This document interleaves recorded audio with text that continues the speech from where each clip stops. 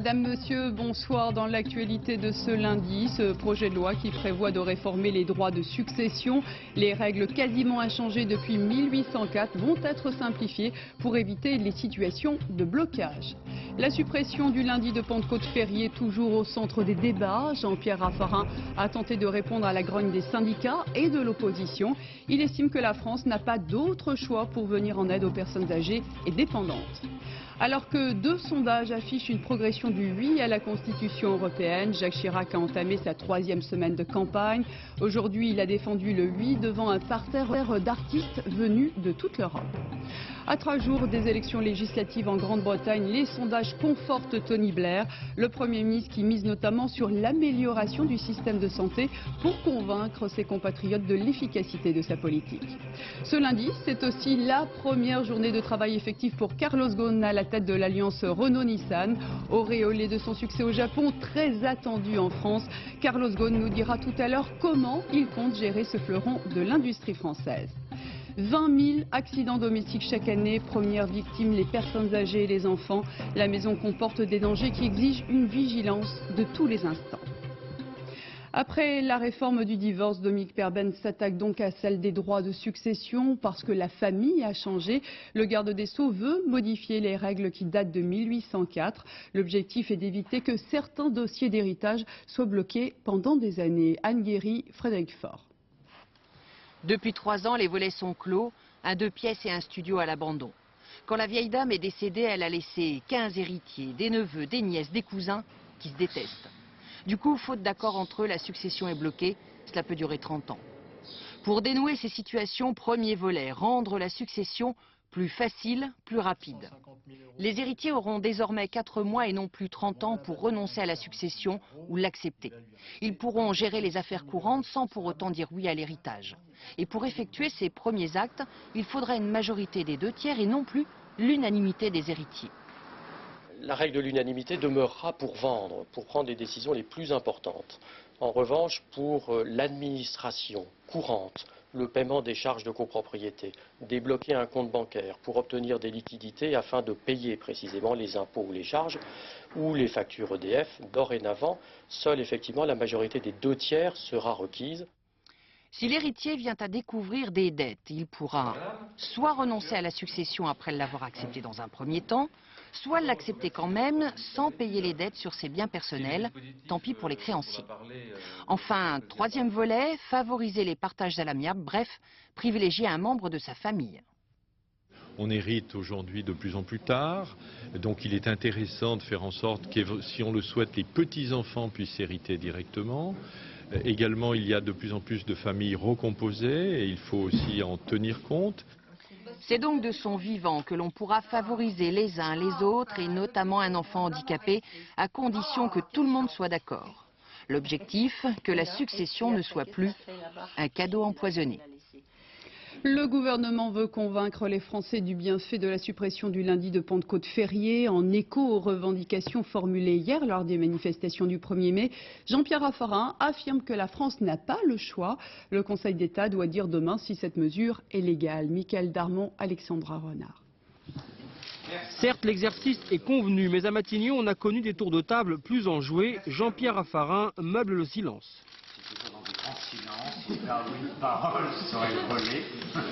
Avec des mines de circonstance, la Caisse nationale de solidarité est née. Une caisse qui joue à la fois le rôle de coffre-fort et de vitrine gouvernementale. Le premier président de la Cour des comptes, Philippe Séguin, a dit qu'il allait mettre en place un contrôle spécifique de la Cour des comptes pour bien s'assurer du devenir de cet argent, qu'il aille bien aux personnes âgées dépendantes, aux handicapés.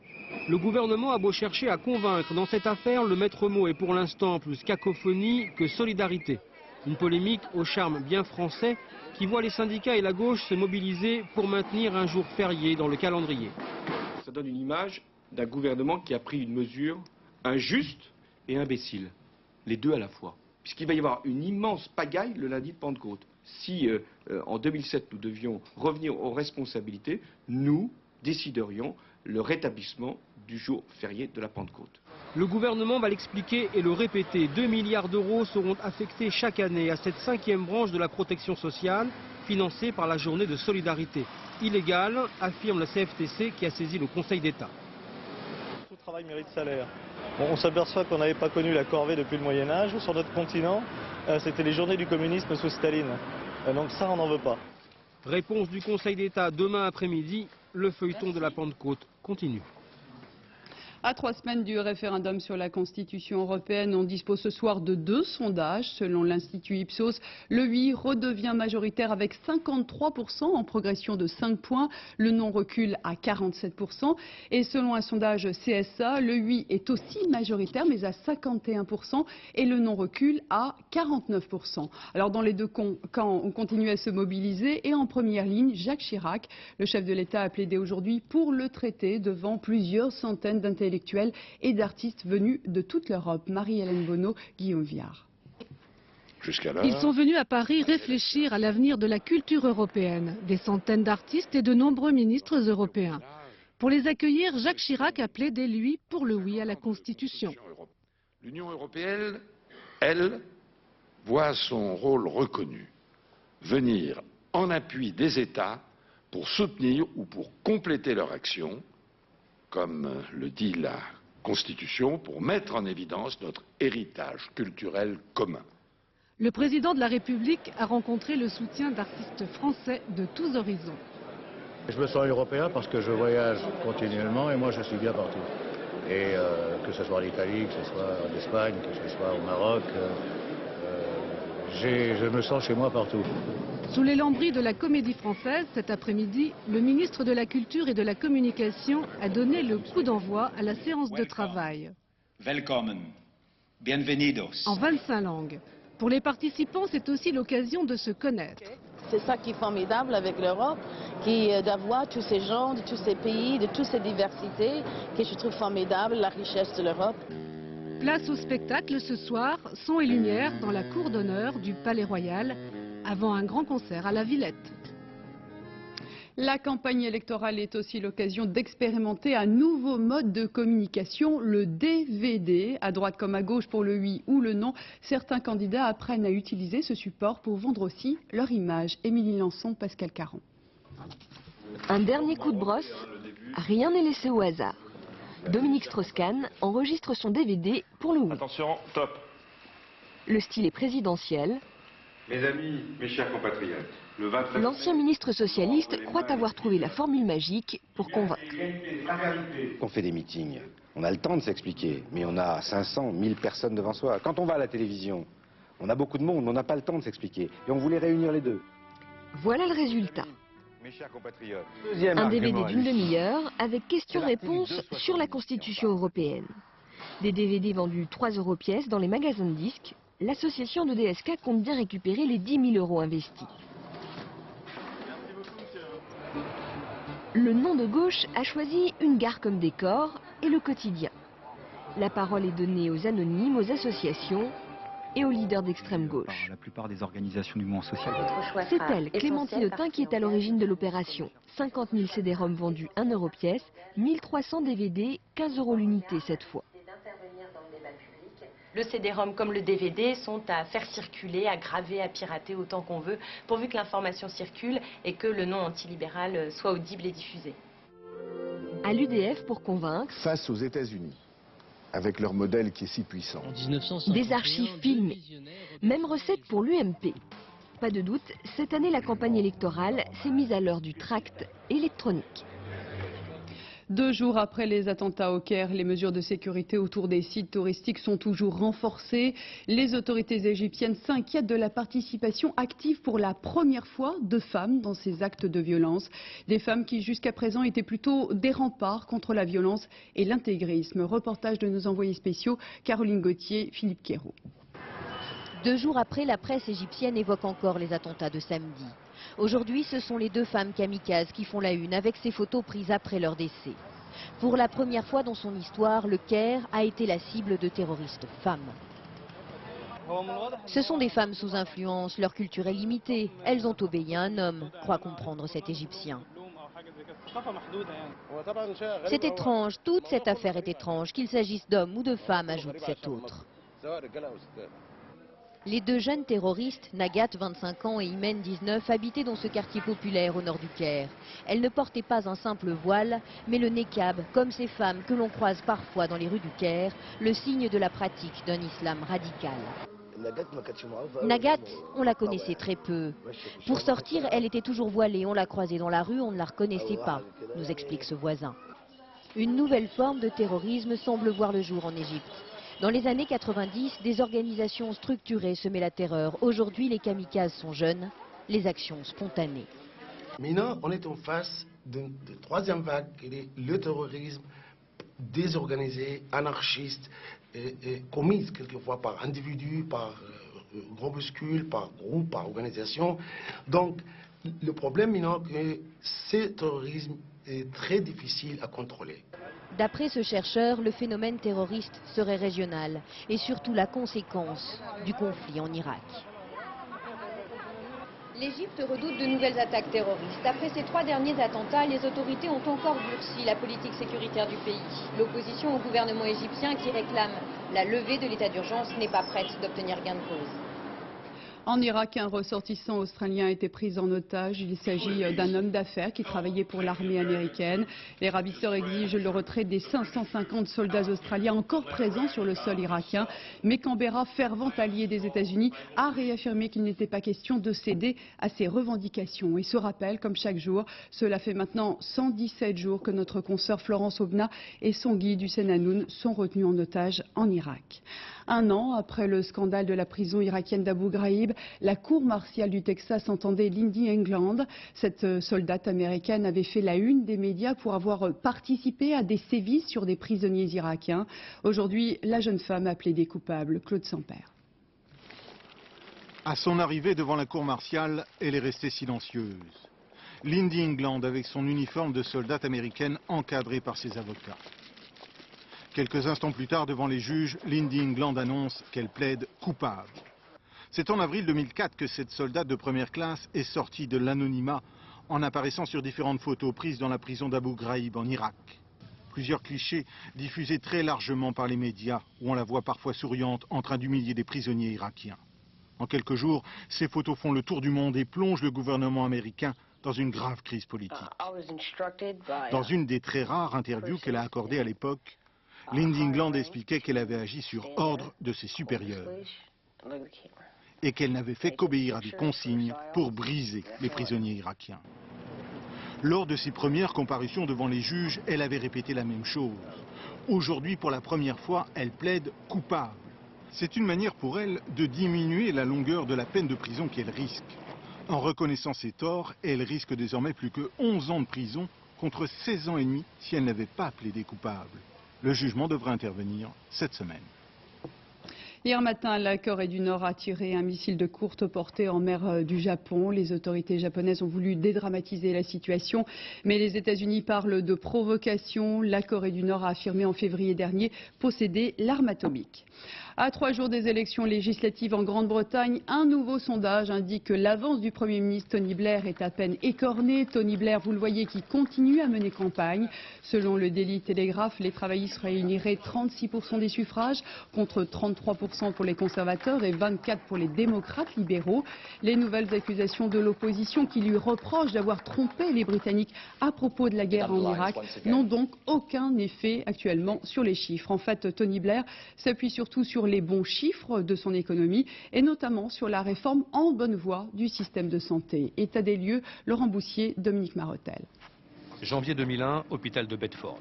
Des familles horrifiées découvrent que, faute de place, de personnel et d'argent, les corps de leurs proches décédés sont entassés sans respect ni précaution dans ces containers ou dans le sous-sol de la chapelle.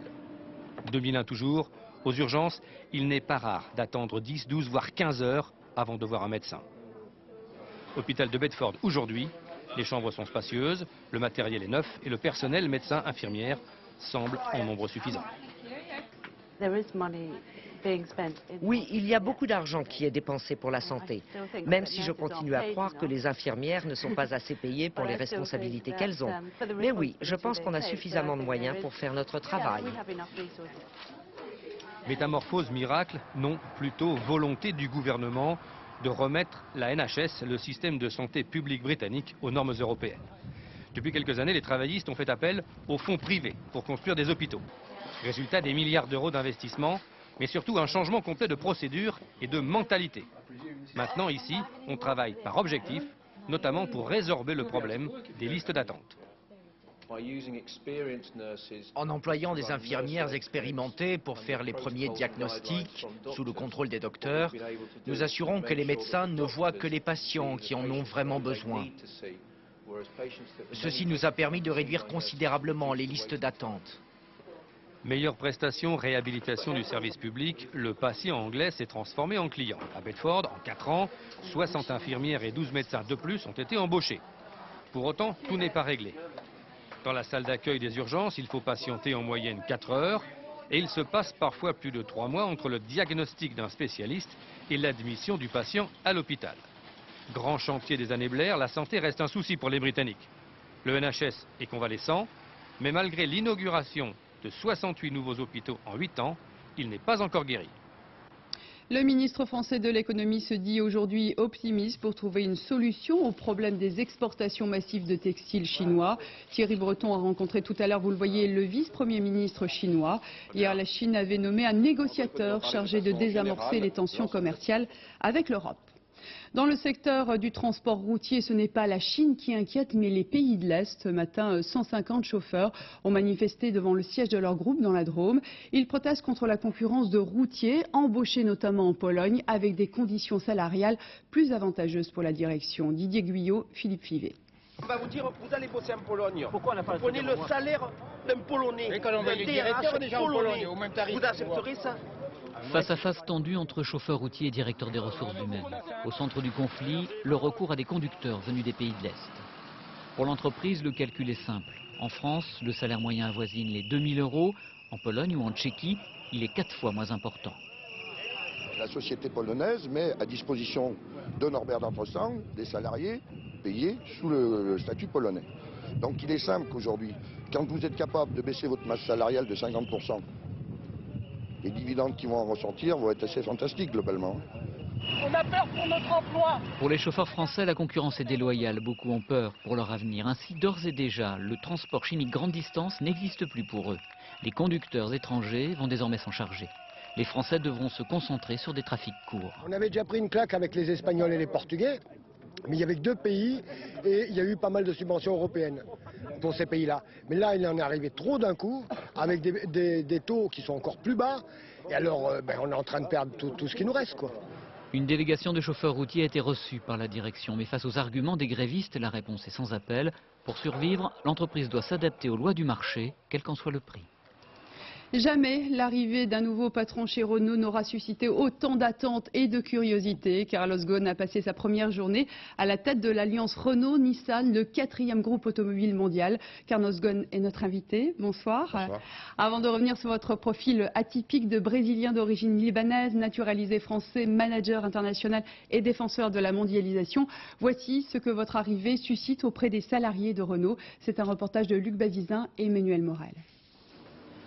Carlos Ghosn est connu pour sa ponctualité. Tous les jours, arrivée matinale au bureau à 7h30, chaque minute est comptée et pour cause, il dirige maintenant à la fois Renault et Nissan. Son bilan à la tête de l'entreprise japonaise est positif. Le poids en bourse a été multiplié par 5 depuis son arrivée il y a 6 ans. Et pourtant, les salariés de l'usine Renault de Flins se posent des questions. Les gens ont un peu peur, oui, quand même. Pour quelle raison? Ces méthodes de management, quoi, on va dire, il n'est pas connu pour être un tendre, quoi. Je ne sais pas s'il peut se permettre de faire en France ce qu'il a fait là-bas au Japon. Je ne sais pas. Tout dépend. On verra à l'épreuve. Nous, la seule chose qui nous préoccupe, c'est de garder l'emploi ici en France. Qu'est-ce que vous espérez? Pas mal de choses. C'est-à-dire? Concernant l'emploi, surtout. Habitué aux caméras, Carlos Ghosn est aussi médiatique que populaire au Japon. 15 livres écrits sur lui en seulement 5 ans, dont ce manga, une bande dessinée racontant son aventure industrielle. En France, il va falloir maintenant se faire connaître et la réaction de certains salariés a de quoi rendre modeste. On ne le connaît pas beaucoup encore. Hein. Nous, on l'a aperçu comme ça sur les images, un peu à la télé, mais sinon, pour l'instant, on n'a pas l'occasion de causer avec ce monsieur-là pour l'instant. Carlos, c'est un espagnol ou portugais? Vous connaissez un petit peu? Non, pas du tout. Ce sont maintenant les médias européens qui s'intéressent à Carlos Ghosn, successeur de Louis Schweitzer. Au nouveau patron de Renault de montrer maintenant son savoir-faire appliqué aux constructeurs français. Oui, bonsoir Carlos Ghosn. Vous suscitez, on l'a vu, hein, beaucoup d'attentes, beaucoup de curiosité. Ça vous met quoi la pression? Faut vous garder le sourire quand même. Non, c'est très bien. Vous voyez, moi je pense que le plus important dans l'entreprise, c'est qu'il y ait de l'intérêt autour de l'entreprise, de ses dirigeants, de ses produits. L'ennemi, c'est l'indifférence, c'est la neutralité. C'est très bien, donc ce sera à moi de conquérir, je dirais, l'esprit et les cœurs là où il y a de l'indifférence aujourd'hui ou là où il y a de l'anxiété. Justement, l'esprit Renault, hein, on sait que c'est une forte image sociale, des syndicats très puissants. Vous quittez le Japon, 6 années passées à la tête de Nissan, une autre culture d'entreprise. Il va y avoir un choc culturel? Pour moi, oui. Je ne pense pas. D'abord, Renault, je connais.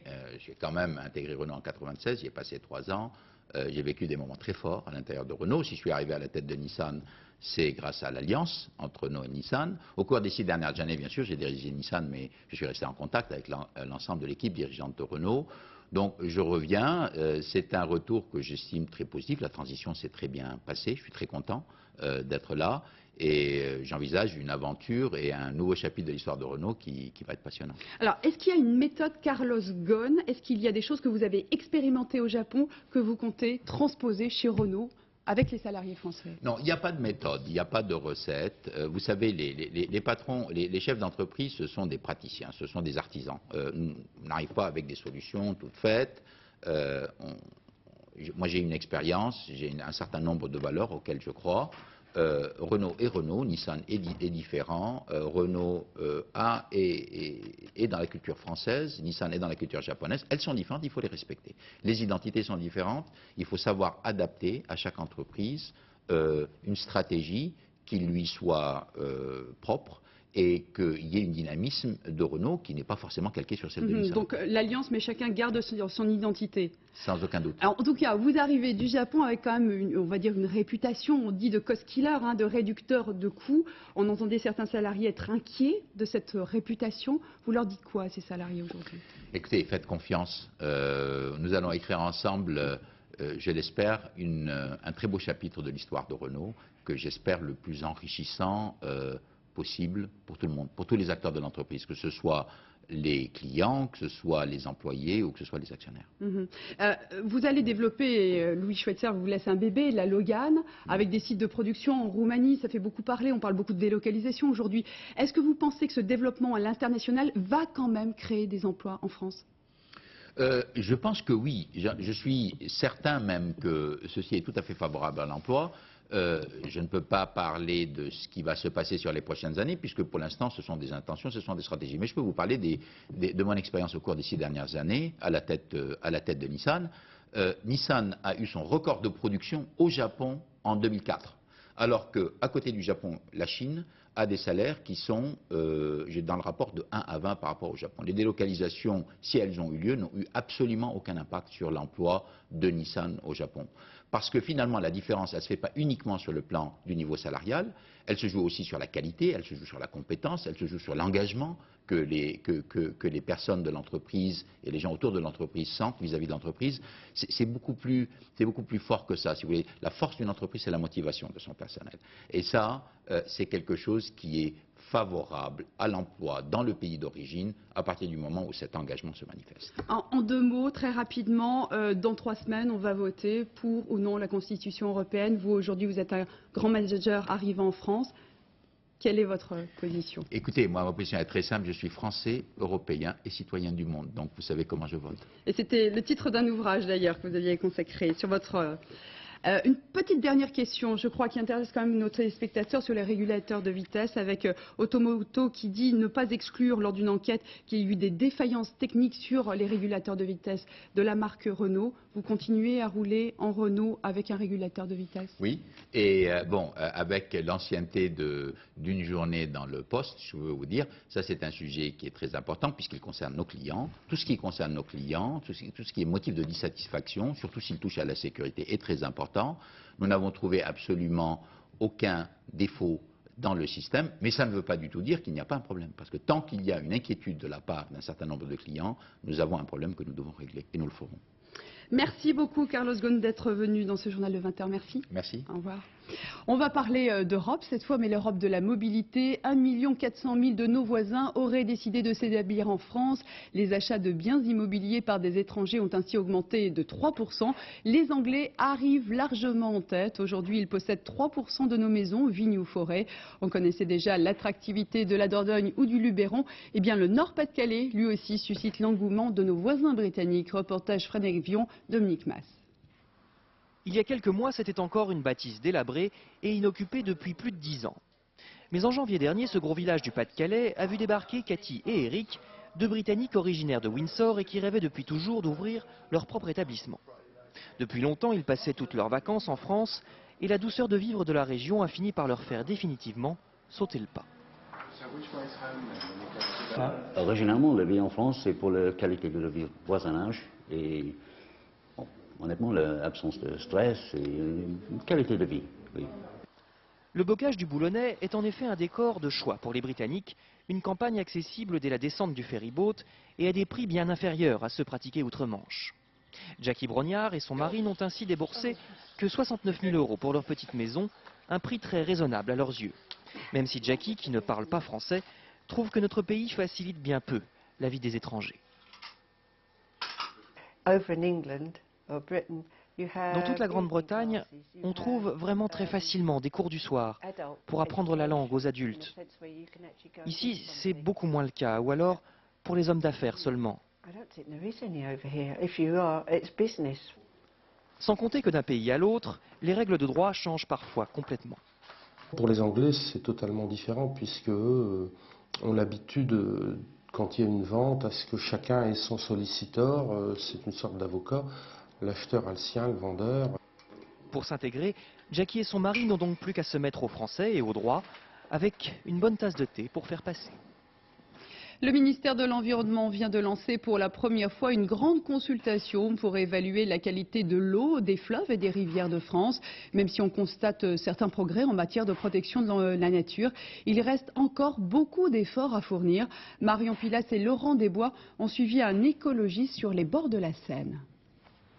Une promenade en bord de Seine que vous n'avez sûrement jamais faite. Adeline, tu mets deuxième cycle, là, il y a des morceaux de voiture carrément dans les branches. Édouard Feinstein est ici en repérage. Chaque année, et dans toute la France, lui et son association nettoient les berges des rivières, au menu ferraille, carcasses en tout genre et produits toxiques. Vous avez toutes les huiles, les carburateurs qui se vident et qui vont polluer la nappe phréatique pendant des décennies et qui vont empêcher la faune et la flore de se développer. Et c'est le cas pour les 4/5 des rivières françaises, considérées par les autorités comme étant en piteux état écologique. Tout ce qu'Édouard trouve dans l'eau, il le note et le photographie. Bien sûr, ce qui est en bas, ça va être eux. Du coup, quand il croise des élus, il a quelques arguments. Qui va jusqu'à Vigneux. Ah, si, c'est une promenade. On pourrait éviter ça. Oui, c'est incompréhensible. Dans ce cas, la mairie ne peut rien faire. Son domaine de compétence s'arrête juste là, au bord de l'eau. Nous, on fait les berges, ce qu'on peut faire, mais ce qui est vraiment dans l'eau et tout ça, ça relève de Voies navigables de France. Moi, j'ai vu des machines à laver, des gazinières, des matelas, des... Et comme tous les organismes publics se renvoient la responsabilité des ordures, le calvaire de cette riveraine risque bien de durer. Au moins jusqu'au mois de juin, date à laquelle Édouard Feinstein et son équipe ont prévu de passer nettoyer. Autre préoccupation en matière d'environnement, que faire de nos 15 milliards de sacs en plastique distribués chaque année gratuitement en France? Certains se retrouvent dans la nature et mettent, selon les spécialistes, 400 ans à se dégrader. Certains politiques envisagent même d'interdire ce type d'emballage. En tout cas, c'est une vraie question de société à laquelle nous sommes tous confrontés. Voici le dossier de cette édition. Il est signé Frédéric Monteil et François Privin. Marseille, ses petites plages, ses calanques paradisiaques et à 75 km de là, ses culottes de sorcières. C'est ainsi que les Irlandais ont baptisé les sacs plastiques. Ici, ils s'accrochent aux arbres à chaque coup de vent comme de funestes guirlandes. Même si les 3/4 d'entre eux finiront dans nos poubelles, environ 122 millions de sacs échouent chaque année dans la nature, finissant parfois dans les estomacs des dauphins ou des tortues, car ces animaux les confondent avec d'appétissantes méduses. Ces poches proviennent de l'estomac de tortues. Sur une centaine d'autopsies, on a à peu près 60 cas de mortalité due à l'ingestion de matières plastiques. Fabriqué en moyenne en 20 secondes. Un sac plastique reste en main 20 minutes. Si vous l'abandonnez, les archéologues du futur le retrouveront dans plus de 400 ans.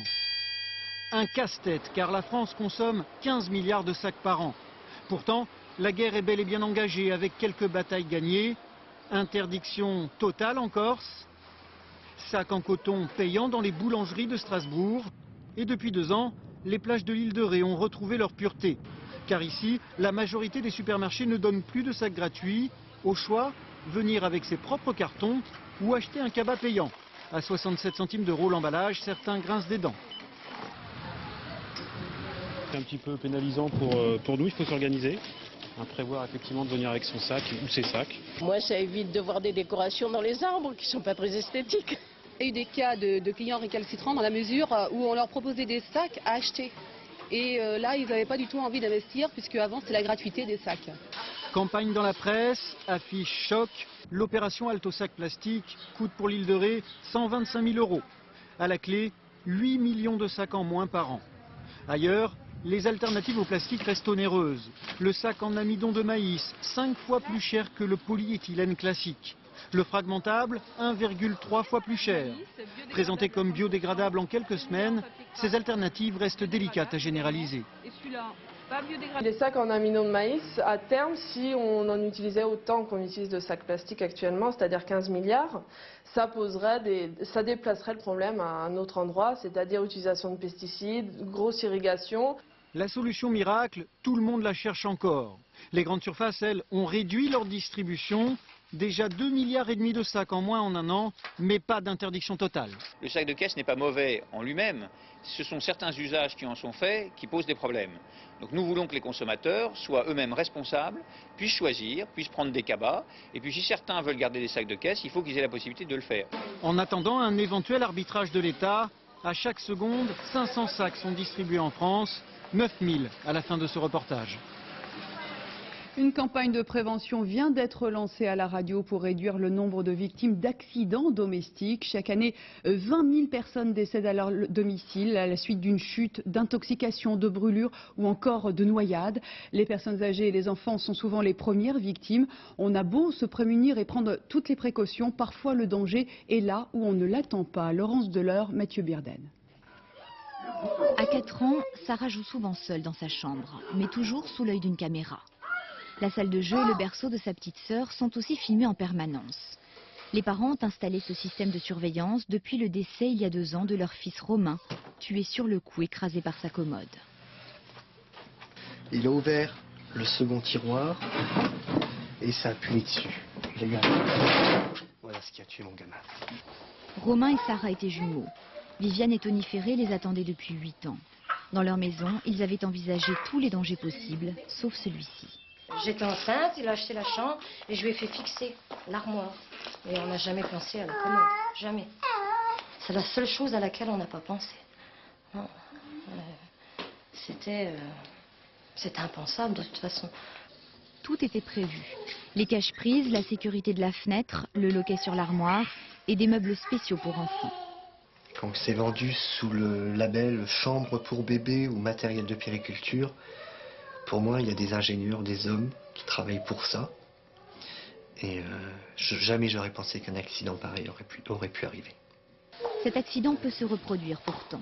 60 millions de consommateurs a testé 8 commodes allongées. 7 se sont avérés non conformes et 3 présentaient des risques de basculement. Tony Ferré, lui, a décidé de porter plainte contre le fabricant qui ne vend pas de fixation pour ce meuble et n'informe pas des dangers éventuels. Difficile dans ces conditions de faire le deuil, difficile aussi de ne pas surprotéger les autres enfants qui ont pourtant besoin d'autonomie pour grandir. L'opération Jeunes Aventuriers en route depuis 15 jours en Loire-Atlantique, une opération qui propose des jeux de piste pour les enfants de 6 à 12 ans. Ces derniers doivent chercher des indices pour résoudre une énigme. C'est donc à Saint-Nazaire que nous retrouvons Jacques Deveau et Gabriel Camillard. Bienvenue dans l'univers des paquebots. À escale atlantique, souffle le vent du large, rêve de destinations lointaines dans des navires luxueux. Sans quitter l'ancienne base de sous-marins de Saint-Nazaire, un zeste d'aventure qui pour les enfants prend la forme d'un jeu de piste. Chaque salle a une énigme, il faut trouver une lettre. Pas de temps à perdre, carnet en main, on chasse des indices. On trouve combien de personnes en un siècle partir vers le continent américain? Là, c'est assez amusant. Mais il devrait faire des trucs un peu plus durs. Trop facile, ça reste à prouver. Parfois, l'aide des parents est précieuse. Pourquoi ils ont mis les lits superposés? Pour gagner de la place. Bah oui. Ah oui, oui, pour gagner. Bah oui, c'est comme chez nous. Si les enfants sont enthousiastes, les parents ne le sont pas moins. Enfin, une visite où ces chers bambins ne traînent pas des pieds. C'est très bien parce qu'on apprend en même temps qu'eux en fait. Des fois c'est trop long, donc là c'était intéressant avec le jeu, on s'ennuyait pas. L'intérêt du jeu est aussi d'attirer les enfants vers une visite que, a priori, ils n'auraient pas réclamée. C'est vrai que Escale Atlantique est peut-être a priori moins destiné aux enfants effectivement qu'un parc animalier, donc il fallait vraiment qu'on mette en avant cette destination d'une offre famille. 10 sites en Loire-Atlantique participent à l'opération Jeunes Aventuriers. Il y en a pour tous les goûts, du château au zoo en passant par les marais salants. À chaque fois, les jeunes visiteurs doivent résoudre des énigmes adaptées à leur âge. De quoi regretter d'aller à la plage. Football, la rumeur a été confirmée en début d'après-midi. Canal+ a mis un terme aux fonctions de Francis Grail à la tête du PSG. C'est Pierre Blaillot, ancien dirigeant du Stade Rennais, qui doit lui succéder. Emmanuel Tissier, Michael Cario. Voici le nouvel homme fort du PSG. Pierre Blaillot remplace Francis Grail, mais reste PDG de Géodis, filiale de la SNCF. Le 5e président parisien en 14 ans sera donc bénévole. Et il place son mandat sous le signe du plaisir et de la fin des polémiques. Cette espèce d'ambiance, cet environnement qui submerge le club. Et c'est à ça qu'il faut mettre un terme. Il faut recréer autour du Paris Saint-Germain la confiance, le plaisir. L'histoire de Francis Grail au PSG aura duré 2 ans. Après avoir sacrifié son ami Ali Lodzik en février, l'ancien président lillois paye le changement de stratégie de Canal+. L'actionnaire majoritaire n'est plus vendeur. Canal condamne également la gestion financière de Grail et ses rapports tendus avec une partie des supporters qui réclamaient souvent sa démission. Une Coupe de France et une place de 2e en championnat n'auront pas suffi à sauver son bilan. Paris change de tête une fois de plus. À mon avis, si un jour on va avoir un bon club à Paris, il va falloir se stabiliser un petit peu. Bon, voilà, ça c'est mon avis de joueur. Pour remplacer Francis Grail, Canal a choisi un gestionnaire à poigne. Pierre Blaillot, ancien patron de Moulinex, normalien et énarque de 54 ans. Point faible, il est mis en examen depuis 1 an après la faillite du groupe d'électroménager. Point fort, il a dirigé le Stade Rennais pendant 2 ans. C'est lui qui a lancé Paul Le Guen dans la carrière d'entraîneur. L'avenir de Paris passe peut-être par la reconstitution de ce duo breton. Football toujours avec l'image du week-end. Chelsea est devenu pour la 2e fois de son histoire champion d'Angleterre de football, 50 ans après son premier titre en battant Bolton 2-0 samedi lors de la 36e journée. Avec 14 points d'avance sur Arsenal, 2e du championnat, Chelsea ne peut plus être rejoint. Les 2 polars de l'écrivain américain Dan Brown, Da Vinci Code et Angers Démon, caracolent toujours en tête des box-office, des succès qui montrent le goût des lecteurs pour les thrillers truffés de codes et de références ésotériques, un créneau dans lequel les auteurs français ne sont pas absents. Geneviève Moll, Frédéric Basile. Aujourd'hui, elle est la reine de l'édition. Isabelle Lafont a vendu 1 700 000 exemplaires du Da Vinci Code, dont elle a acheté les droits 30 000 €. Ce polar mystico-ésotérique était dans la veine de ce livre sur les codes secrets qui, chez Lattès, avait très bien marché. Le livre était un bon thriller rapide avec plein d'arguments différents et surtout ces codes secrets comme une chasse au trésor qu'il fallait sans arrêt décoder. J'ai fait une offre tout de suite le lundi matin. Et elle s'offre toujours sur la vague qu'elle a déclenchée. Quant aux libraires, ils suivent et mettent en avant ces livres dont les lecteurs espèrent qu'ils vont répondre à leurs interrogations. C'est vrai qu'on parle souvent de la perte de repères, de la difficulté à lire le monde contemporain notamment, mais l'histoire passée. Et c'est vrai que ces livres laissent à penser que derrière la réalité, il y a des chiffres, des codes, et qui nous les offrent à voir, à lire. Ainsi, les lecteurs ont-ils le sentiment, avec ces romans à clés, de mieux comprendre le monde. Et les éditeurs, qui n'ont pas vu arriver ce succès planétaire, sont partis à la recherche d'ouvrages offrant le même cocktail détonnant du polar kabbalistique ou ésotérique. On s'est tous mis sur des livres qui sont des livres à énigmes, des livres un peu ésotériques. Donc c'est une nouvelle vague, une nouvelle ère qui est arrivée. Et on est parti à New York et on a fait le tour de tous les agents. Il y avait un manuscrit qui n'était pas encore sorti, qui s'appelait La règle de 4, qu'on a immédiatement acheté sans savoir quel succès il aurait ou il n'aurait pas. Et La règle de 4 est aujourd'hui 8e au box-office. Mais pourquoi aller aux États-Unis? Michel Lafon a déjà un jeune Français de 29 ans, Maxime Chatham, qui depuis 4 ans enchaîne les best-sellers à la Dan Brown. Le sang du temps, son dernier roman, 6e au box-office, allie le gothique du Mont-Saint-Michel au mystère de l'Orient. Là où des auteurs comme Dan Brown, par exemple, vont aller jusqu'à essayer de trouver des clés politiques, géopolitiques du monde, dans ce livre-là, j'ai plus essayé de donner des clés plutôt à la dimension humaine, tout simplement. Pas chercher à comprendre vraiment les tenants et les aboutissants de ce qui se passe au-dessus de nous, mais commencer par comprendre ce qui se passe en nous. C'est probablement là que le mystère est le plus grand. Mais les lecteurs ne seraient peut-être pas venus aussi nombreux si le Da Vinci Code ne les avait réconciliés avec le plaisir de lire. Demain, à l'occasion de la 15e journée internationale de la liberté de la presse, l'association Reporters sans frontières publie un album de photographies, un ouvrage vendu chez tous les marchands de journaux et les grandes surfaces au profit de l'association. Depuis le 1er janvier dernier, 22 journalistes ont trouvé la mort, dont 9 en Irak, dans l'exercice de leur métier. Voilà, c'est la fin de cette édition. Merci à vous de l'avoir suivi. Tout de suite, la météo, Patrice Drevet, 20h55, première partie du téléfilm Dalida, consacré à la vedette disparue il y a 18 ans maintenant. 22h55, complément d'enquête avec Benoît Duquesne, consacré ce soir à la situation des agriculteurs français. 1h moins 20, dernier journal, Jean-Claude Renaud. Dès 6h30 Télématin, dans les 4 vérités, Gérard Leclerc recevra Philippe Devilliers. Et on se quitte sur ces images de la station balnéaire d'Odessa en Ukraine, qui accueille le 4e carnaval international de peinture corporelle. Cette manifestation désormais connue à travers le monde réunit chaque année près de 100 000 personnes. Excellente soirée sur France 2, à demain 20h.